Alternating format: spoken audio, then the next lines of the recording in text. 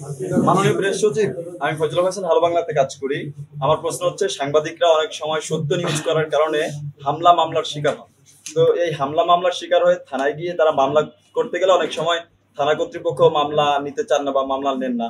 তো সাংবাদিকদের এই নিরাপত্তার বিষয়ে সরকার কি অবস্থান নেবে? না, অবশ্যই আপনারা এটা আমাদেরকে জানাবেন। এটা যদি ঘটে যে আপনি সত্য নিউজ করলেন এবং এর জন্য আপনি হামলার শিকার হলেন, অবশ্যই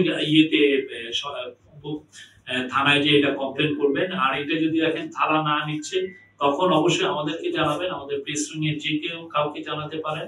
আর এট দ্য সেম টাইম আমি আবার বলি, ইউনিয়নকে জানাবেন। ইউনিয়ন যেন আপনার হয়ে বলে। ইউনিয়ন সারা জীবন তো চামচামি করছে, এখন সাংবাদিকের জন্য একটু ভালো কাজ করুন। হ্যাঁ, এটা আমরা চাই।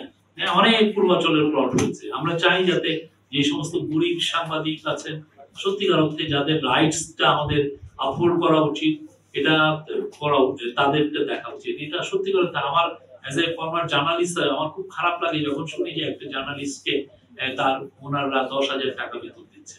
খুবই অন্যায়। ঠিক তেমনি আপনার যদি রাইটস কর্ম হয়, আপনাকে কোনো যদি থ্রেট দেয় কেউ, আপনার উপর জানেন যদি হুমকি আসে, অবশ্যই জানাবেন। আমরা চাই বাংলাদেশটা জার্নালিস্টদের জন্য একটা সেফ একটা ওয়ার্কিং জোন, সবাই যেন নিরাপদে কাজ করতে পারে। যে সবচেয়ে বড় গভর্নমেন্টের যে সবচেয়ে বড় ক্রিটিক, সেও যেন সবচেয়ে নিরাপদে থাকেন এবং তার কাজটা করতে